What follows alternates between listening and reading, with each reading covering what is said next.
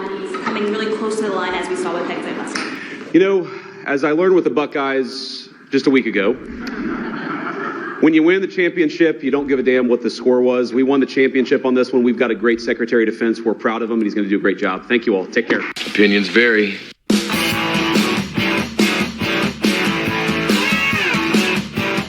What's up, everybody? Welcome back to Opinions Varied. That's Opinions with an A. Please like, share, and subscribe. And there's JD Vance once again giving the perfect answer. He seems to do that a lot. And he did yesterday on Face the Nation with Margaret Brennan, where she was trying to give him gotcha question after gotcha question, and snarky and sarcastic. And we're going to watch that interview right now. I've seen a little bit of it, not the whole thing. I'm going to watch it, a lot of it, for the first time with you. I'll comment a little bit along the way because it's going to go long, but it's worth watching because JD Vance is a superstar.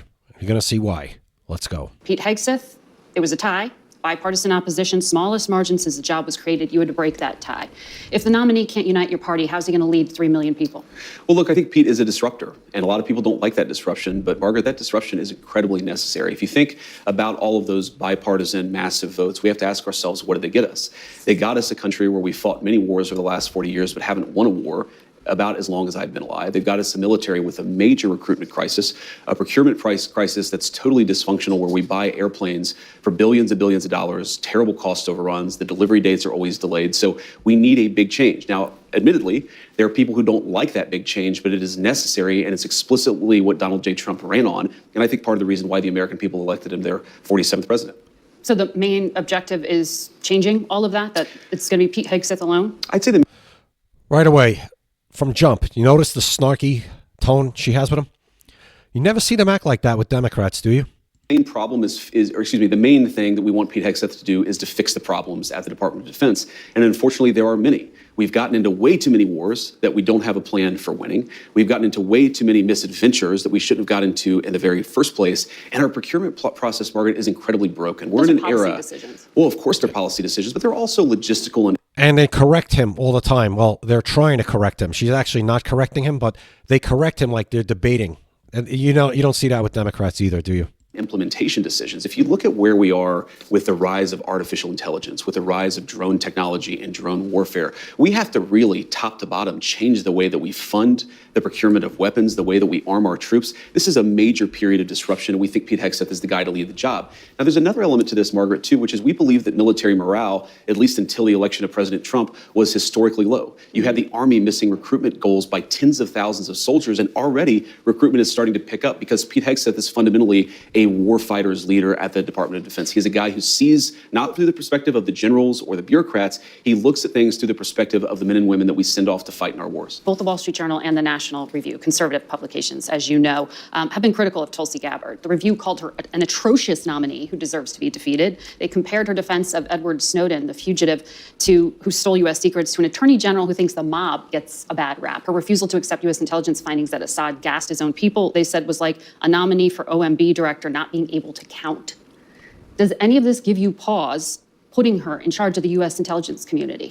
No, actually, because those two establishment hack publications said that just tells me she's the perfect person for the job. Yes or no? No, Margaret, look, these are publications that attacked Donald J. Trump obsessively, but those publications don't determine who the president is, the American people too. Him. And Donald J. Yeah, they supported him against Kamala Harris. I mean, really, Margaret Brennan? Give me a break. Trump is the person who determines who his cabinet is, not these publications that I think, frankly, have lost relevance. Here's the Senate will Tulsi ultimately Gabbard's. Decide. Well, the Senate will provide advice and consent as is its She's such a piece of garbage. Constitutional obligation, but I feel confident that Tulsi Gabbard will ultimately get through. Two things that are important to know about Tulsi. First of all, she is a career military servant who's had a classification at the highest levels for nearly 2 It doesn't matter. Once she became a Republican, that goes out the window. You know that, JD. decades. She has impeccable character, impeccable record of service, and she also is a person who I think is going to bring some trust back to the intelligence services. The bureaucrats at our intelligence services have gotten completely out of control.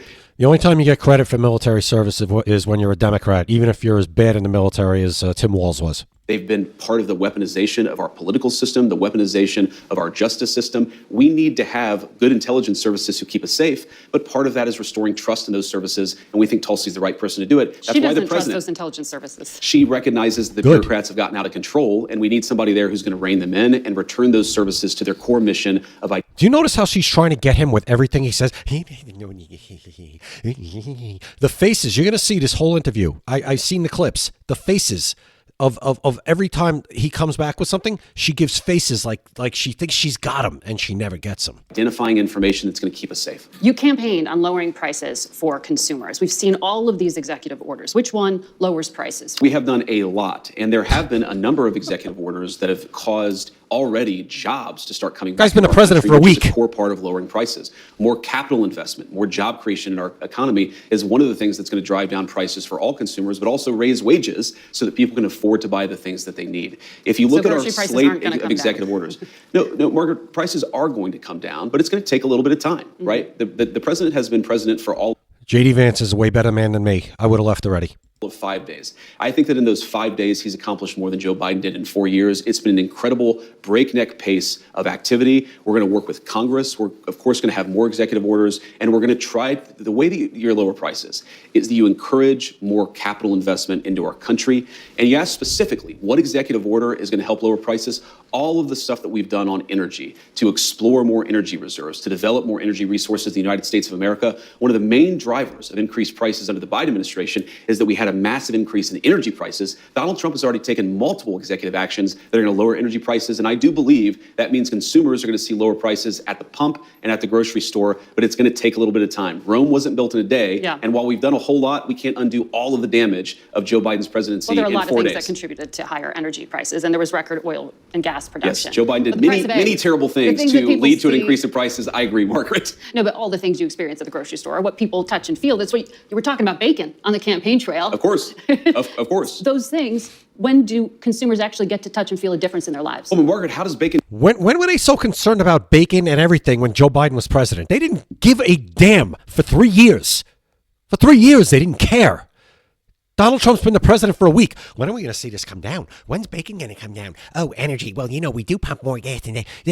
Ignoring all the context and nuance that goes with the oil leasing and all the stuff that Joe Biden stopped. The pipelines, Alaska, Anwar, totally ignored. No context, no nuance, just try to get you. She never gets them. Get to the grocery store, it comes on trucks that are fueled by diesel fuel. If the diesel is way too expensive, the bacon's going to become more expensive. How do we grow the bacon? Our farmers need energy to produce it. So if we lower energy prices, we are going to see lower prices for consumers, and that is what we're trying to fight for. Well, the flurry of executive orders, most of them weren't about the economy. Many of them were, though, Margaret. We had, I think we've taken promise of tariffs by February 1st. We've taken over 200 executive actions, some executive orders, other executive actions. Again, this is in less than a week, and a lot of them were focused on the economy, bringing investment into our country and lowering energy prices. We've also focused on safety, restoring public safety, ending weaponization of the Department of Justice. We've done a lot. And I think the president is to be commended for actually coming in and doing something with this incredible mandate the American people gave him. He's not sitting in the Oval Office doing nothing. He's doing the American people's business, and I think they're going to see a lot of good effects from it.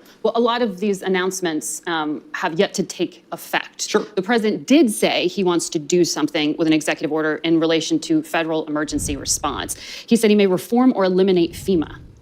Instead of sending emergency responders, he may start to send a percentage of money to states to take care of themselves. But FEMA has specialized expertise that some of these states just don't have Margaret, in their arsenal. And I wish how that they... will states who are lower income states, the Mississippis, the Kentuckys, the Alabamas, You give a flying rip about Mississippi and Kentucky all of a sudden? be able to do this for themselves without federal help? Well, the president, to be clear, is not saying we're going to leave anybody behind. He's saying that in the way that we administer these resources, some of which... Where was she when North Carolina was basically flooded out like the great flood with Noah's Ark? And Joe Biden and FEMA were nowhere to be found for weeks. These people are sickening. Just coming from the federal level, some of which is coming from the state level. We've got to get the bureaucrats out of the way and get the aid to the people who need it most. But these are Let's the be first honest, responders. Margaret, you talk about the expertise from FEMA. FEMA in North Carolina, in California, in Florida with some of the hurricanes has often been a disaster. And it's not because we don't have good people at FEMA. It's because bureaucratic red tape and garbage prevents the rapid deployment of resources to the people who need it most. But the states are now going to have to do this themselves? The president is trying to encourage us to reform the way that we deliver emergency response in a way that gets resources to people who need it. So don't take him literally, is what you're saying. We should take the president at his word that FEMA needs desperate reform, because it does. Margaret, when I went to North Carolina as VP... She's debating. That's what they do. These hacks, these activists, they debate conservatives and Republicans. Before we were sworn in, people would talk about how FEMA would get resources, food, medicine, water to a warehouse, but then would have no plan to get it from the warehouse to the people in the mountains who were literally starving and thirsting to death. We can do so much better, and under Donald Trump's leadership, we will. But they work with the state and local officials. They often don't work well enough. And again, that's not because of what aren't you understanding, moron? FEMA management officials don't work well enough with the state and local officials to get resources to the people who need it. We should expect, and this is, I think, one of the fundamental premises of President Trump's leadership, the American people should expect more of their government. When there's a terrible disaster, they should expect food, medicine, water to get to the people who need it. When there's a terrible fire in California, the fire hydrants ought to actually turn on. I am sick of the American people having such low expectations for their government. They should demand more of us because it's the greatest country in the world, and that's what Donald Trump's leadership promises to bring back. So still count on the federal government, but watch that space. Let me ask you about another area that you campaigned on quite a lot, and there was a flurry of activity on, and that has to do with immigration. Sure. The U.S. Conference of Catholic Bishops this week condemned some of the executive orders signed by President Trump, specifically those allowing immigration and customs enforcement to enter churches and to enter schools. Do you personally support the idea of conducting a raid or enforcement action in a church service? Yeah, I do. Yeah. If there's criminals in there, yeah, which illegal aliens are, they're criminals, yes, I totally enforce it. School? Well, let me address this. Of course, if you have a person who is convicted of a violent crime, whether they're an illegal immigrant or a non-illegal immigrant, you have to go and get that person to protect the public safety. That's not unique to immigration. But let me just address this particular issue, Margaret, because as a practicing Catholic, I was actually heartbroken by that statement. And I think that the U.S. Conference of Catholic Bishops needs to actually look in the mirror a little bit and recognize that when they receive over $100 million to help resettle illegal immigrants, are they worried about humanitarian concerns, or are they actually worried about their bottom line? We are going to enforce immigration law. We're going to protect the American people. Yeah. Donald Trump promised to do that. And I believe the U.S. Conference of Catholic Bishops, if they're worried about the humanitarian costs of immigration enforcement, let them talk about the children who have been sex trafficked because of the wide open border of Joe Biden. You personally support. Well, yeah, let me cut you off as you're saying that, JD. Let me cut you off about when you start to talk about children that are trafficked. We can't have you talking about that. You're making way too much sense. About people like Laken Riley who were brutally murdered. I support us doing law enforcement against violent criminals, whether they're illegal immigrants or anybody else, in a way that keeps us safe. Let me ask this question, Margaret. Let's separate the immigration issue. If you had a violent murderer in a school, of course I want law enforcement to go and get that person out. Of course. So what's the point of the question? Gotcha, bitch. You changed the regulation this week. That's the point of the question. Exactly. Giving the authority to go into churches and go into schools. We empowered law enforcement to enforce the law everywhere to protect Americans. Effect, a chilling effect, arguably, to people to not send their kids to school. I desperately... God, shut up. A chilling effect. Not in your kid would go. I mean, does anybody else want to jump through the screen? I can't be the only one. It is unbelievable. Hope it has a chilling effect on illegal immigrants coming into our country. You think the U.S. Conference of Catholic Bishops are actively hiding criminals? I think the U.S. Conference of Catholic Bishops has frankly not been a good partner in common sense immigration enforcement that the American people voted for. And I hope, again, as a devout Catholic, that they'll do better. Owned. There are 5 legal challenges already. Owned her on that question. He went somewhere she never thought he would go. He actually went into the things that Catholic bishop thing, whatever that they've been doing.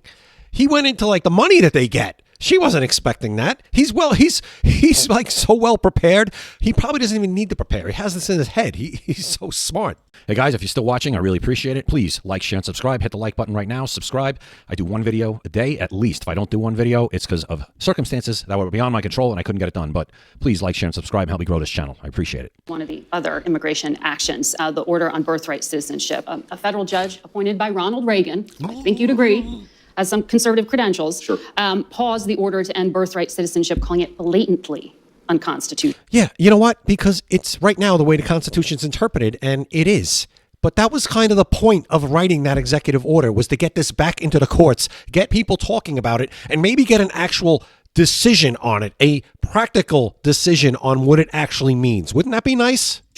How do you reconcile this challenge to the 14th Amendment to the Constitution? So I obviously disagree with that judge, and these things, some of them will be litigated. That's the nature of our constitutional system. But here's the basic idea of President Trump's view on this. If you are a lawful permanent resident or a legal immigrant who plans to stay, your children, of course, should become American citizens. But let's say you're the child of an ambassador. You don't become... But that's not part of it. Well, that There's is already a that is carve-out that is an having to do important with kids of principle. different But we're saying that carve-out should apply to anybody who doesn't plan to stay here. If you come here on vacation and you have a baby in an American hospital, that baby doesn't become an American citizen. If you're an illegal alien and you come here temporarily, hopefully, your child does not become an American citizen by virtue of just having been born on American soil. Thank you. It's a very basic principle in American immigration law that if you want to become an American citizen and you've done it the right way, and the American people in their collective wisdom have welcomed you into our national community, then you become a citizen. But temporary residents, people who come in here, whether legally or illegally, and don't plan to stay, their children should become American citizens. I don't know any country that does that or why we would be different. Oh, but this is a country founded by immigrants.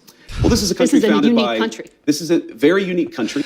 We're founded by immigrants, so we should just, we shouldn't follow the law. I mean, we're founded by immigrants. It's such a talking point. It's so lame. And it was founded by some immigrants and some settlers, but just because we were founded by immigrants doesn't mean that 240 years later that we have to have the dumbest immigration policy in the world. Right. No country says that temporary visitors, their children, will be given complete access to the benefits and blessings of American citizenship. America should actually look out for the interests of our citizens first. And that means, again, if you're here permanently and lawfully, your kid becomes an American citizen. If you're not here permanently, if you're not subject to the jurisdiction of the United States and don't plan to be, why would we make those people's children American citizens permanently? I want to ask you about refugee Can't admissions, answer that which one, is can you? funded by the president. That has nothing to do with the U.S. border. Refugee screening takes 18 to 24 months to go through. They are heavily vetted.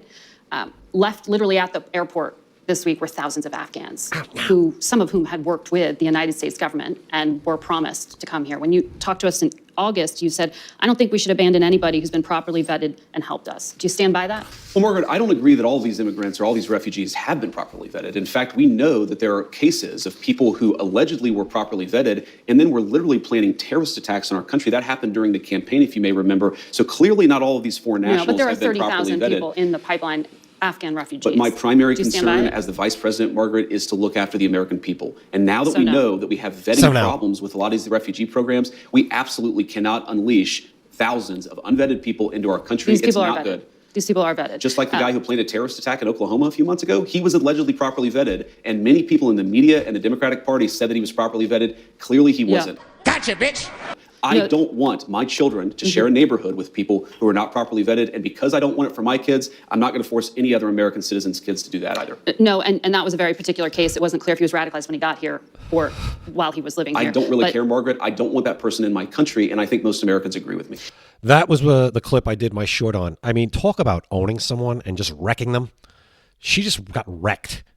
And she's so condescending and snarky, and she thinks like every time she thinks she's got him. All right, these people are vetted. Oh, it wasn't if he was radicalized here. We don't know. And he just wrecks her over and over again. I said I would have walked out. She should walk out by now, just out of embarrassment. 2 weeks ago, you were on Fox News and you said, if you protested peacefully on January 6th and had Merrick Garland's Department of Justice treat you like a gang member, you should be pardoned. If you committed violence on that day, obviously you shouldn't be pardoned.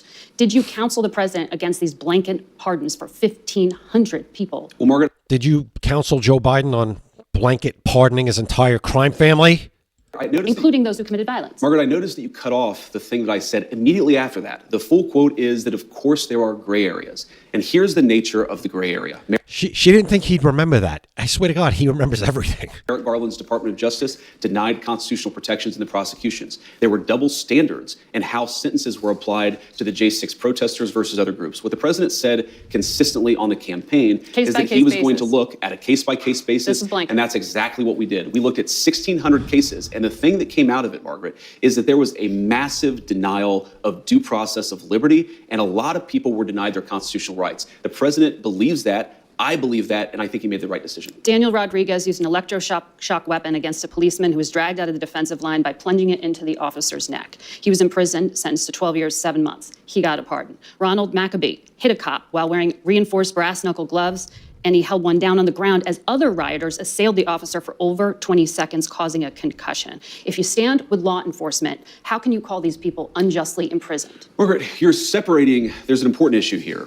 There's what the people actually did on January the 6th, and we're not saying that everybody did everything perfectly. And then what did Merrick Garland's Department of Justice do in unjustly prosecuting well over 1,000 Americans in a way that was politically motivated? Is violence like that against a police officer ever justified? Violence against a police officer is not justified, but that doesn't mean that you should have Merrick Garland's weaponized Department of Justice expose you to incredibly unfair process.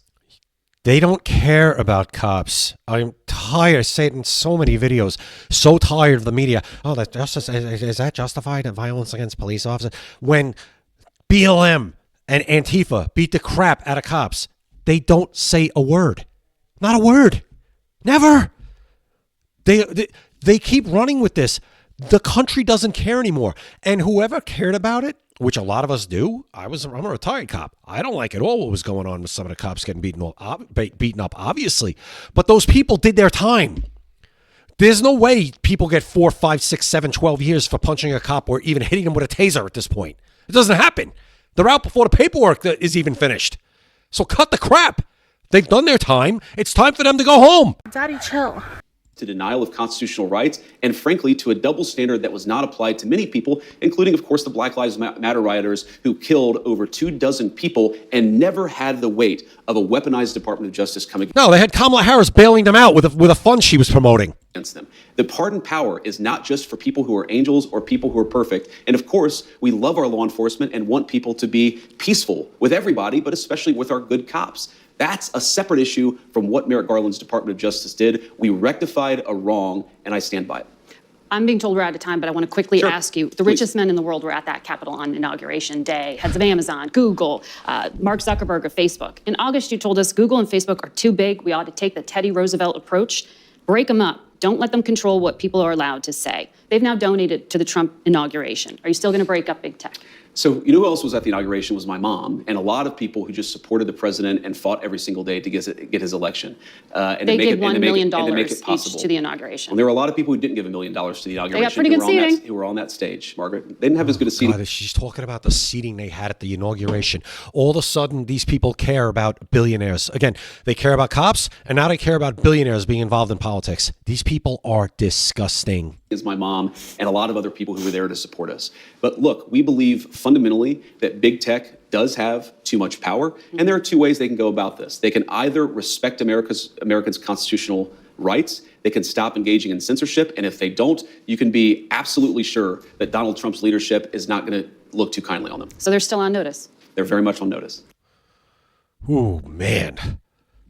Great job by JD Vance. I'm sorry for the faces I was making and everything else. I can't help it. Part of the reason I started this channel is because when you watch that interview, I mean, JD Vance can handle himself, obviously. I mean, masterclass. But when you watch like these Margaret Brennans, and you would watch CNN, and, you know, I have tons of CNN on here, and you would have people like that, and they just run at the mouth, and nobody would ever hit back at them. Now at least we have JD Vance, people like that, or Ramaswamy, who's very articulate and hits them back and just it runs circles around them, wrecks them, you know. But I started the channel because I wanted to be able to say something, and I would like yell at the TV. I'm like, why don't I yell at the TV and maybe have somebody else actually listen to me once in a while? And put it out there for other people to maybe say, yes, somebody's actually talking back to these idiots. Like, you know, I know they can't hear me, but at the same time, it's like, we can't just let them rattle off this nonsense and not have it countered. It just can't happen. We have to have people, and there's so many great content creators that do the same thing, and they'll call them out, and it gets other people watching who maybe aren't as hyper-focused to say, yeah, that's a great counterpoint that I wouldn't have thought of, or that I didn't think really even existed. I thought that whatever these people said was true. We have learned that it's far from true. Mostly lies. To watch JD Vance, I mean, that's just a masterclass of how to deal with somebody, this smug, condescending jerk, Margaret Brennan. And like I said, owned, wrecked the entire time. She's supposed to be the expert. I think that's they consider her their best interviewer. Not a chance. No prayer against somebody like JD Vance. We have a bright future in the conservative movement with JD Vance. If Donald Trump and him have a good term, he's the nominee for 2028. So we'll see what happens. Let me know what you guys think. Please like, share, and subscribe. Put it in the comments. Let me know. I want to know what you think. I get so many great comments, stuff that I didn't think of, new points, new ideas, new facts, and just keep them coming. So We'll see you next time right here at Opinions Vary. Opinions vary.